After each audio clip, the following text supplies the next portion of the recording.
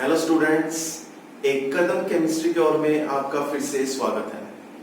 Plus one में structure of atom का next topic we are going to start photoelectric effect. बहुत interesting है बच्चों। Maxwell, last topic हमने electromagnetic wave theory में study किया था। Maxwell can't explain photoelectric effect. अब फोटो इलेक्ट्रिक इफेक्ट होता क्या है, इसको डिस्क्राइब करने जा रहा हूं। सबसे पहले तो photo electric concern with light, क्योंकि लाइट में हम क्या स्टडी करते हैं, फोटॉन्स। लाइट में से हमें क्या मिलती है,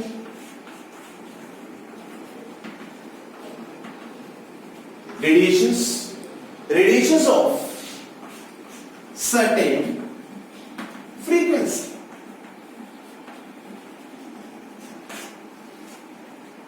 अब मानकर चलो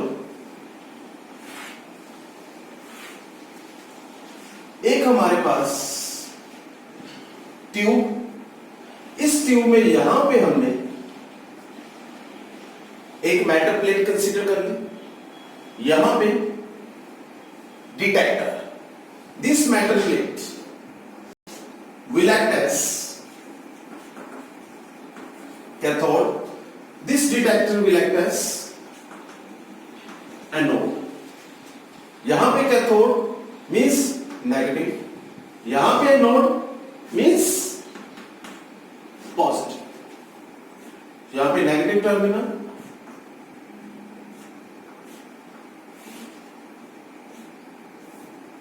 here is emitter।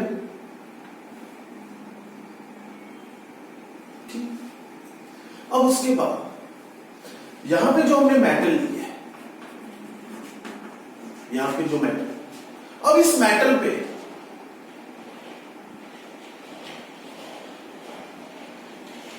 Sunlight fall करता है। तो photo electric effect is that effect when light falls on the surface of metal, there will be ejection of electrons। जैसे यहां से इलेक्ट्रॉन्स बाहर निकलेंगे, electrons carry negative charge, that will move towards anode, that is positive terminal. तो जैसे यहां पे पहुंचेंगे तो वहां पे क्या प्रोड्यूस होगा, लेकिन ये बच्चों इतना इजी नहीं है कि कोई भी लाइट पास हो जाए, सरफेस पे टकराए और करंट प्रोड्यूस हो जाए। ऐसे कैसे हो सकता है? मैं एक एग्जांपल लेता हूं। एक मेरे पास लिथियम और एक मेरे पास सोडियम। लिथियम का एटॉमिक नंबर 3, सोडियम का एटॉमिक नंबर 11। सभी को मालूम है 3 means 3 electrons, 4 11 means 11 electrons। Nucleus, orbits, that is shells, यहां पे 2 इलेक्ट्रॉन्स, यहां पे 1 electron. Similarly nucleus, this is first shell, this is second shell, और यहां पे हमारे पास आएगा थर्ड शेल। यहां पे 2 electrons, here will be 1 2 3 4 5 6 7 8 electrons, और यहां पे 1 इलेक्ट्रॉन। अब चेक कीजिए, जैसे एटम पे लाइट फॉल होगी, लाइट फॉल होने के बाद उस एटम को एनर्जी मिल रही है, एनर्जी मिलेगी तो वहां पे क्या होगा, there will be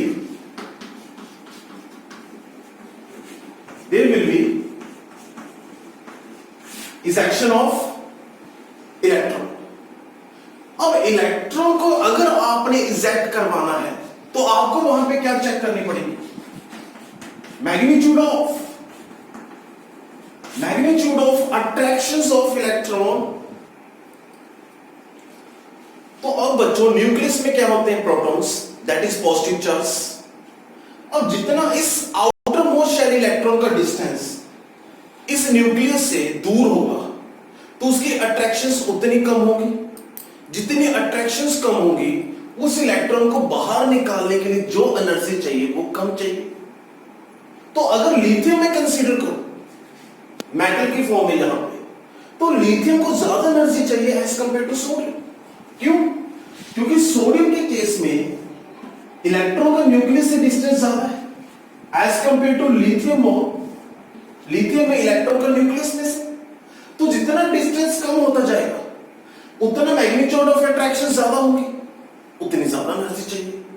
तो इसका मतलब ऐसा नहीं है कि जो मर्जी हम मेटल सरफेस लें और जो मर्जी फ्रीक्वेंसी ऑफ लाइट फॉल करवाएं तो वहां पे करंट प्रोड्यूस हो जाएगा। तो सबसे ज्यादा इंपॉर्टेंट यहां पे क्या है? एक तो हमारे पास क्या है, नेचर ऑफ मेटल, कि आपके पास मेटल कौन सी है, और दूसरा हमारे पास क्या है, second one, that is frequency of light. तो जितनी ज्यादा आपके पास लाइट में फ्रीक्वेंसी होगी उस फ्रीक्वेंसी की हेल्प से उन इलेक्ट्रॉन्स की वेलोसिटी इतनी ज्यादा होगी। वेलोसिटी क्यों? अब आप खुद सोचें ध्यान से। सबसे पहले तो इलेक्ट्रॉन यहां से बाहर निकलेगा, इलेक्ट्रॉन बाहर निकालने के लिए एनर्जी चाहिए। जैसे इलेक्ट्रॉन बाहर निकलेगा ऐसा थोड़ी ना उसके बाद ऐसे मूव करेगा, दैट इज काइनेटिक एनर्जी, और वो एनर्जी भी चाहिए आपको। तो वो एनर्जी भी किसके पास होगी? That is photons of radiations. तो फोटोन ऑफ रेडिएशंस में अगर आपके पास फ्रीक्वेंसी मिनिमम फ्रीक्वेंसी से ज्यादा है तो इलेक्ट्रॉन इजेक्ट होगा। अगर वो मिनिमम फ्रीक्वेंसी जितनी आपको इजेक्शन ऑफ इलेक्ट्रॉन के लिए चाहिए अगर उससे कम है तो इलेक्ट्रॉन इजेक्ट होगा नहीं। अगर इलेक्ट्रॉन इजेक्ट ही नहीं होगा तो वहां पे हम फोटो इलेक्ट्रिक इफेक्ट की स्टडी नहीं कर सकते। तो सबसे प्राइम कंडीशन तो क्या है कि सर्टेन मिनिमम फ्रीक्वेंसी जितनी चाहिए इलेक्ट्रॉन के इजेक्शन के लिए उससे ज्यादा फ्रीक्वेंसी इन रेडिएशंस में होनी चाहिए, पहली बात। दूसरा, इन इलेक्ट्रॉन्स को अगर एनोड तक पहुंचाना है तो उसके लिए भी आपको एनर्जी चाहिए। इसका मतलब जितनी ज्यादा फ्रीक्वेंसी उन इलेक्ट्रॉन्स की उतनी ही ज्यादा क्या होगी, वेलोसिटी। क्लियर है स्टूडेंट्स? अब इसको और आगे मैं इलैबोरेट कर रहा हूं, एक फॉर्मूला डिराइव करेंगे, वहां से ग्राफ फ्रीक्वेंसी पे सवाल उठता है कि अगर अपने पास लाइट में सर्टेन फ्रीक्वेंसी है, जितनी फ्रीक्वेंसी मेटल सरफेस में से इलेक्ट्रॉन को इजेक्ट करने के लिए चाहिए तो फोटो इलेक्ट्रिक इफेक्ट होगा। लेकिन इलेक्ट्रोमैग्नेटिक वेव थ्योरी में हमने क्या स्टडी किया था? Continuous emissions of radiations. अगर कॉन्टिन्यू एमिशंस ऑफ रेडिएशंस है तो मान लो एक अपने पास मेटल सरफेस है,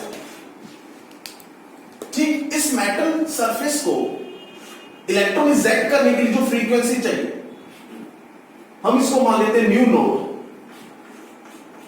दैट इज थ्रेशोल्ड फ्रीक्वेंसी, ठीक। और मैं मानकर चलता हूं जो जहां से फ्रीक्वेंसी आ रही है with the continue emissions of radiations उसकी फ्रीक्वेंसी इस फ्रीक्वेंसी से कम है। तो ये देखा गया है कि फोटो इलेक्ट्रिक इफेक्ट वहां पे नहीं होगा। लेकिन कॉन्ट्राडिक्शन किस में आ रही है? इलेक्ट्रोमैग्नेटिक वेव थ्योरी में। क्योंकि इलेक्ट्रोमैग्नेटिक वेव थ्योरी क्या कह रही थी? There will be continuous emission of radiations. अगर कॉन्टिन्यू एमिशन ऑफ रेडिएशंस है तो ये सभी की सभी रेडिएशंस यहां पे एक्यूमुलेट हो जाएंगी।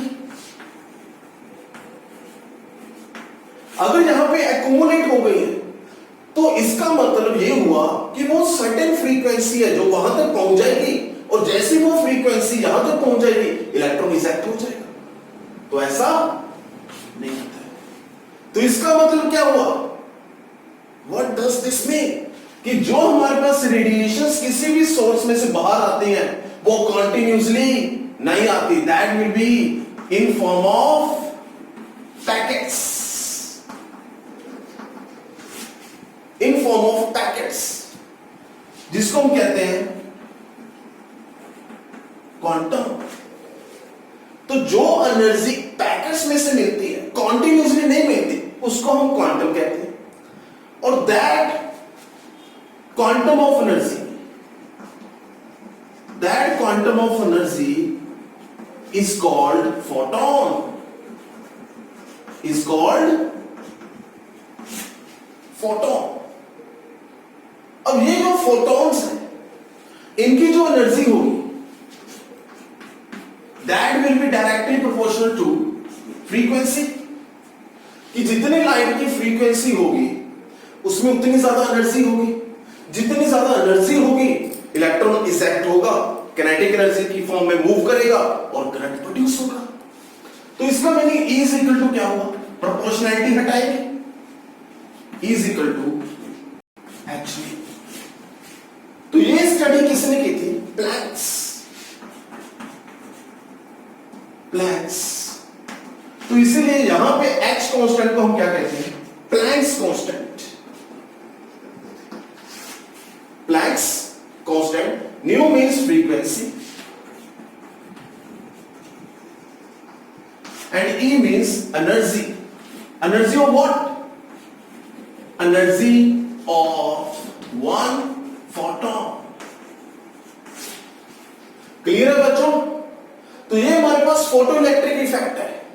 तो फोटो इलेक्ट्रिक इफेक्ट में मैं रिवाइंड कर रहा हूं, when light falls of certain frequency but that frequency greater or equal to threshold frequency, that is the minimum frequency required for the ejection of electrons from the metal surface, then there will be production of current। अगर उतनी frequency नहीं होगी तो current produce नहीं होगा। फिर उसके बाद इलेक्ट्रॉन्स की जो वेलोसिटी है वो किस पे डिपेंड करेगी, फ्रीक्वेंसी पे। जितनी ज्यादा फ्रीक्वेंसी होगी उतनी ज्यादा इलेक्ट्रॉन्स की वेलोसिटी। लेकिन जो इलेक्ट्रॉन्स इजेक्ट हो रहे हैं उसकी population means number of electrons ejected from the metal surface, वो किस पे डिपेंड करेगा, दैट डिपेंड्स अपॉन इंटेंसिटी। तो ये चीज समझने वाली है बेटा, एक इंटेंसिटी, एक अपने पास क्या है, फ्रीक्वेंसी। तो फ्रीक्वेंसी का लेना देना किसके साथ है, फ्रीक्वेंसी का लेना देना अपने पास वेलोसिटी ऑफ इजेक्टेड इलेक्ट्रॉन्स, और इंटेंसिटी का लेना देना किसके साथ है, that is the number of ejected electrons. आई बात समझ में? जितनी ज्यादा लाइट की इंटेंसिटी होगी उतने नंबर ऑफ इलेक्ट्रॉन ज्यादा इजेक्ट होंगे। बट अगर उसकी फ्रीक्वेंसी सेम है, फ्रीक्वेंसी चेंज नहीं हो रही है लाइट की, तो जितने भी इलेक्ट्रॉन्स इजेक्ट हुए उन सभी की जो किनेटिक एनर्जी होगी वो क्या होगी, कांस्टेंट। ठीक, अब मैथमेटिकली इसका क्या रिलेशन बन रहा है वो देखते हैं। सो बच्चों, for one photon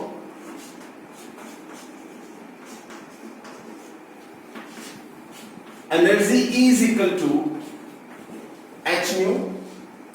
h is Planck's constant जिसकी वैल्यू होगी 6.6 into 10 raised to power -34 joule second.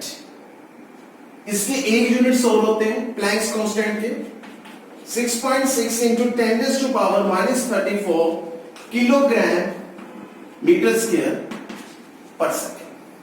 तो वन फोटोन में जो एनर्जी होती है वो किसके बराबर होती है, h न्यू की।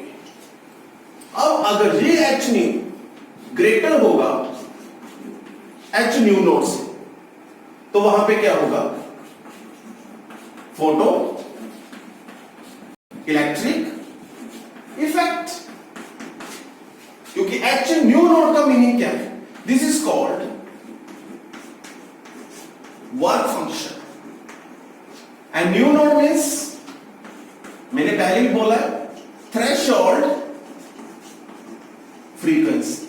ठीक, अब h न्यू नोड का मतलब इतनी एनर्जी चाहिए इलेक्ट्रॉन्स को इजेक्ट करने के लिए। अब जो एनर्जी बच गई means h nu minus h nu node.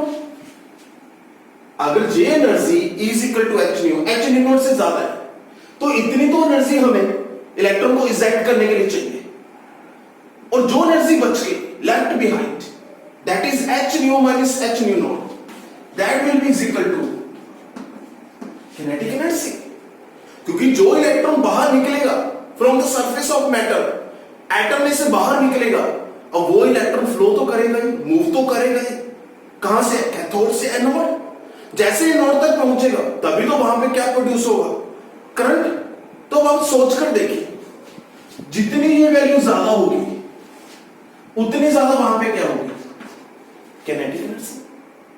That is velocity of electrons, because kinetic energy is equal to half mv square। तो ये हमारे पास क्या है? h न्यू, जो किसके बराबर है?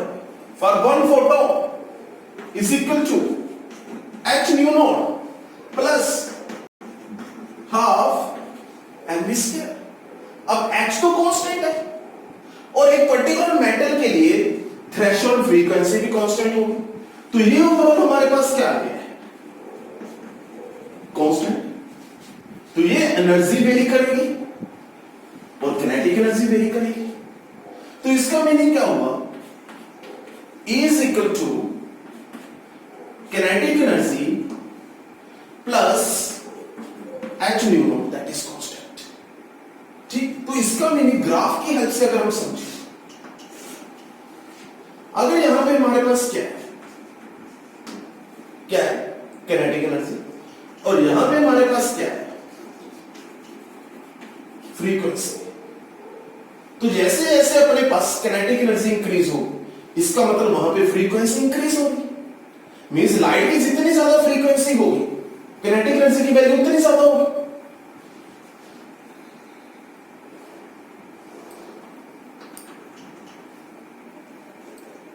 So this is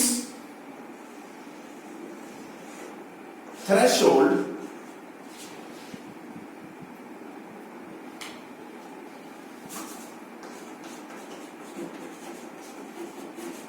frequency।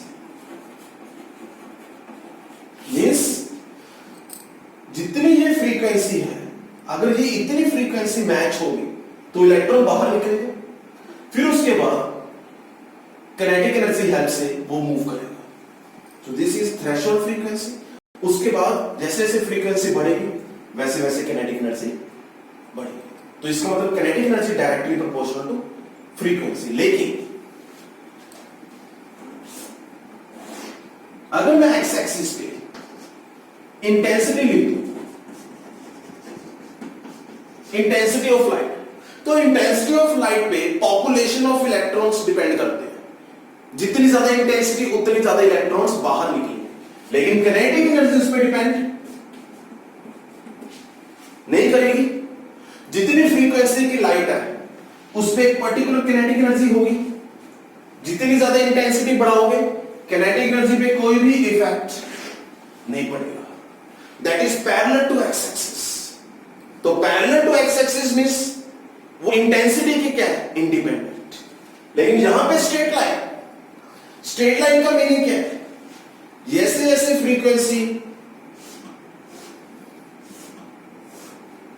Frequency बढ़ाओगे, here is x1, x2, x3, वैसे वैसे किनेटिक एनर्जी क्या हो रही है? Increase. Means if x1 less than x2 less than x3, then y1 less than y2 less than y3। So this is photoelectric effect. अब इसमें इस formula में न्यूमेरिकल्स आते हैं बच्चों। वहां पे हमारे पास एक particular photon of energy given हो सकती है इन टर्म्स ऑफ फ्रीक्वेंसी, और वहां पे थ्रेशोल्ड मिनिमम फ्रीक्वेंसी भी गिवन हो सकती है एक पर्टिकुलर मेटल के लिए। और क्या फाइंड आउट करना आ सकता है? Kinetic energy. और किनेटिक एनर्जी में भी किसी पर्टिकुलर फंडामेंटल पार्टिकल की वेलोसिटी पूछ सकते हैं। So very very important relation. कैसे डिराइव हुआ है ये सब कुछ आपको क्लियर हो गया होगा कि जैसे एच न्यू नॉट से ज्यादा होगा तो इसकी कुछ एनर्जी एच न्यू नॉट जिसके बराबर है वो तो इजेक्शन ऑफ इलेक्ट्रॉन्स के लिए काम आएगी। जो बच चुकी एनर्जी हमारे पास that will be in terms of kinetic energy use हो जाएगी। Means kinetic energy is equal to this one.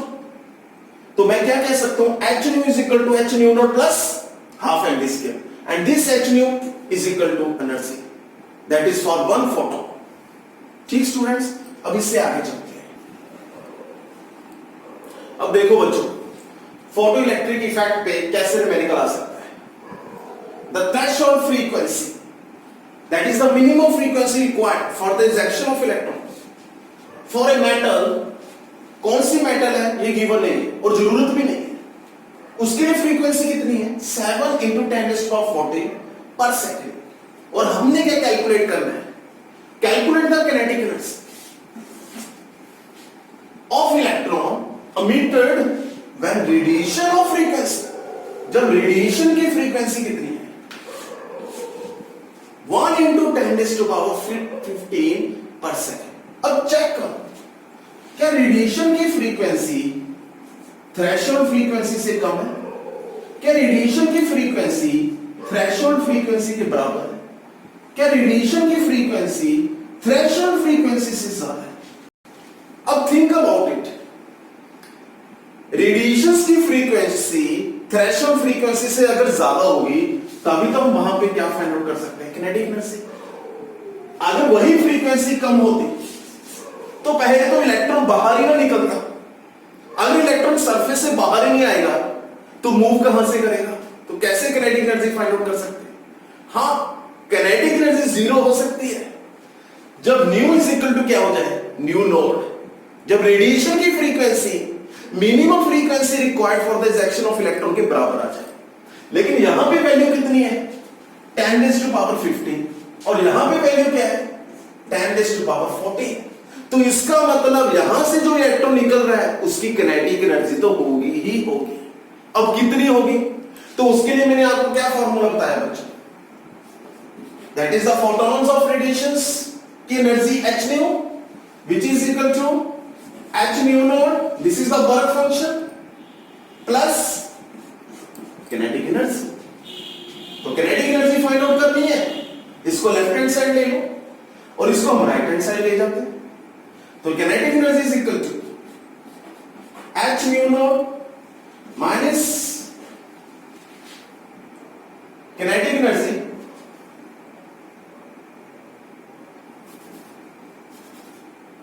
h nu minus h nu. तो यहां से h common, so nu minus nu naught. h की value 6.6 × 10⁻⁻34 joule seconds, और frequency किसमें given है, per seconds में। चेक किया करो बेटा, क्या यूनिट सेम है? तो न्यू की वैल्यू कितनी है अपने पास, 1 × 10⁻15 मींस 10⁻15, न्यू नोट 7 × 10⁻14। तो यहां से 10⁻14 कॉमन आ रहा है, तो 6.6 × 10⁻⁻34, ये पर सेकंड, ये सेकंड कैंसल, तो काइनेटिक एनर्जी जूल्स में आएगी इंटू 10⁻14 कॉमन, जो यहां पे 10 बच गया अपने पास, बेस सेम पावर्स है। चेक करो बेटा, 14 + 1 उतनी आ रहा है, 10 - 7, so 10 - 7 comes out to be 3, so 6.6 × 3। जो ये 10⁻⁻ वाली वैल्यूज है इसको साइड पे ले जाकर कैलकुलेट कर लिया, 10⁻⁻34 × 10⁻14। तो ये क्या है अपने पास, बेस सेम पावर्स है, so -34 + 14, so 10⁻⁻ comes out to be -20, और ये कितना आ रहा है, 6 × 3 18, एक इस तरफ गया, 6 × 3 18 + 1 19, so comes out to be 19.8 × 10⁻⁻20 joules। तो ये अपने पास क्या आ गई है इतनी काइनेटिक एनर्जी, जो बहुत ही ज्यादा कम है, बहुत ही ज्यादा कम, लेकिन है नॉट इक्वल टू 0।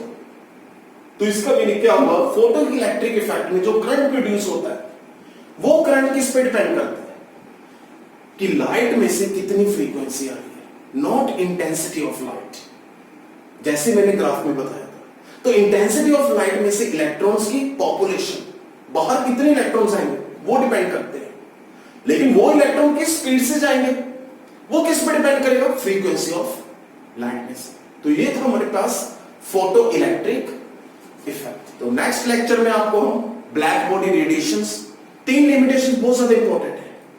एक तो photo electric effect, photo electric जो मैक्सवेल एक्सप्लेन नहीं कर पाया। Second limitation black body radiation, and third one is line spectra of hydrogen atom. तो सेकंड और थर्ड हम नेक्स्ट लेक्चर में स्टडी करेंगे बच्चों, ठीक। तो फोटो इलेक्ट्रिक इफेक्ट ध्यान से देखना है, ध्यान से समझना है और इसके न्यूमेरिकल्स खुद ट्राई करने हैं, ठीक है बच्चों। Thank you, have a